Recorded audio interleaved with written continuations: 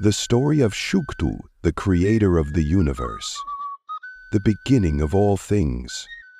In the vast emptiness before time itself, there existed no space, no light, and no shape. It was a world of pure potential, waiting for a mind powerful enough to shape it. That mind was Chukwu, the almighty creator, whose essence transcended space and time, a force so ancient and vast that no mortal could ever comprehend it. From within the void, Chukwu, who had always existed, began to stir, feeling the longing for creation. Chukwu was not just a god, he was the embodiment of the universe's first principles: goodness, order, wisdom, and justice. It is said that before Chukwu, the earth was simply an expanse of undifferentiated matter, waiting for the touch of a divine hand. His decision to create the universe began with a thought so profound that it shaped everything that followed. As he pondered, a great light emerged, casting away the darkness, revealing the limitless heavens. With a single gesture, Chukwu separated the heavens from the earth, and in this act, the world came into being. He created the sun and the moon to govern the day and night, and the stars to serve as the markers of time. He made the wind, which he called Ikuku, the breath of life and the rain that nourished the land. When Chukwu saw the world before him, vast, empty, yet full of potential, he knew that it needed life. The world could not exist in isolation. And so, with a mighty gesture, he brought forth the land, the rivers, and the seas. The rivers flowed with purity, and the mountains were crowned with mist, their peaks touching the sky. In the forests, the trees stood tall, their roots reaching deep into the earth as though they were connected to the heartbeat of the land itself. He then created the animals, each unique and carefully designed to thrive in the world he had formed. There were the leaping antelopes, the wise elephants, the fierce lions, and the songbirds whose melodies filled the air. In the deep waters of the rivers and seas, Chukwu placed creatures whose forms shimmered in the depths, like the graceful fish and the giant crocodiles that watched over the water. But Chukwu knew that the land needed something more. Beings capable of thinking, reasoning, and preserving the balance of the world. And so, from the earth, he shaped the first humans. Their forms were made from the clay of the earth itself, molded in the image of Chukwu. With each creation, Chukwu breathed life into them, and they stood before him as the first Igbo people. Chukwu, pleased with his work, began to impart wisdom to his children.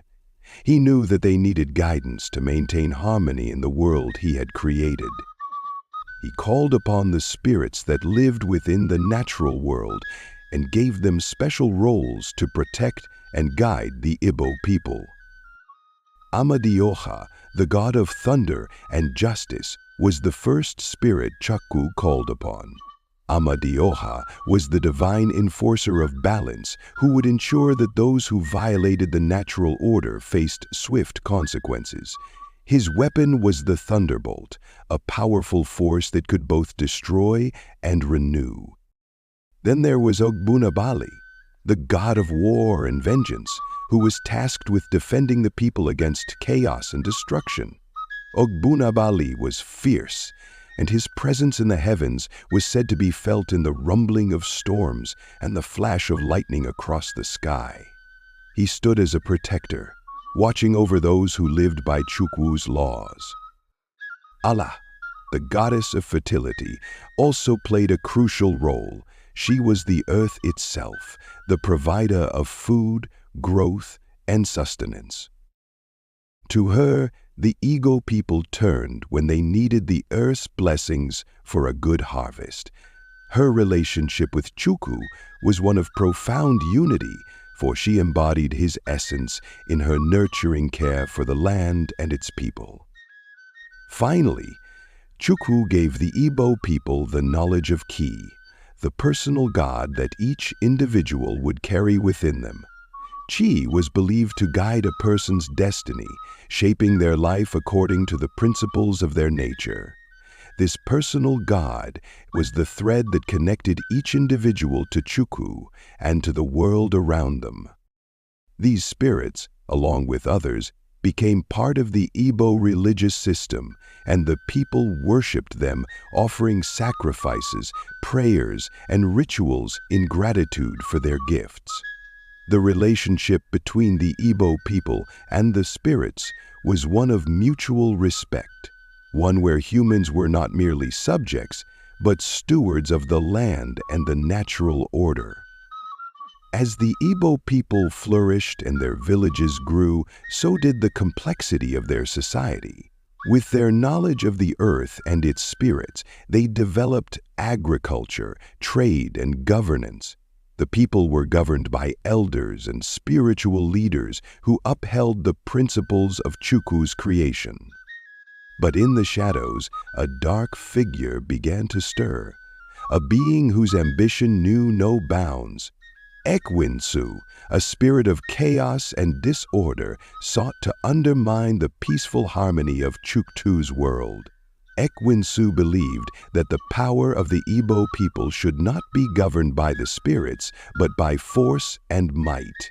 He was a trickster, a master manipulator who sought to turn the Igbo people against their creator. Ekwensu's followers, blinded by ambition and greed, began to spread false teachings. They argued that the gods and spirits were merely tools for the powerful, not guiding principles to be followed. These teachings took root among the young, who desired power over peace and domination over unity.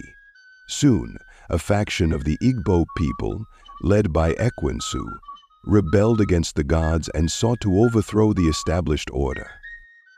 The war between light and darkness. As Ekwensu's rebellion spread, the world was plunged into conflict. Villages turned against one another, and the balance that Chukwu had established began to crumble. The land, once fertile and bountiful, began to wither. Crops failed, rivers dried up, and the once vibrant forests began to die. Chukwu, in his infinite wisdom, knew that he could not let the world fall into chaos.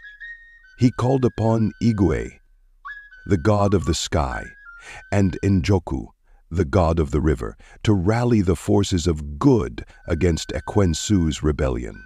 The gods and spirits who served Chukwu gathered, and together they descended to the earth. The battle that followed was unlike any the world had ever seen. The earth shook as Amarioha struck with lightning, splitting the skies.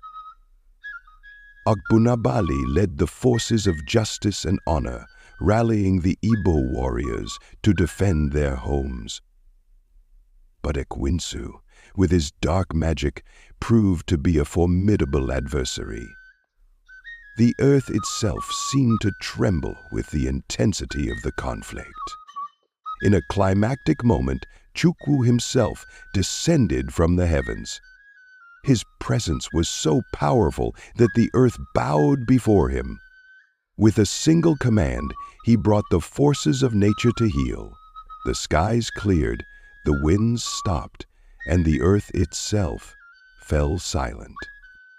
Ekwensu, seeing that his rebellion had no hope of victory, was defeated. Chukwu's victory over Ekwensu did not come without a price. The land had been scarred by the war, and the balance of nature had been disrupted. But Chukwu, with his boundless compassion, restored harmony to the world. The rivers flowed once more, the crops began to grow, and the trees were full of life. To remind the Igbo people of the importance of balance, Chukwu decreed that they must always honor the earth and the spirits. He gave them rituals to perform and sacrifices to make, ensuring that they never again forgot the lessons of the past. Chukwu's wisdom was etched into the hearts of the Igbo people.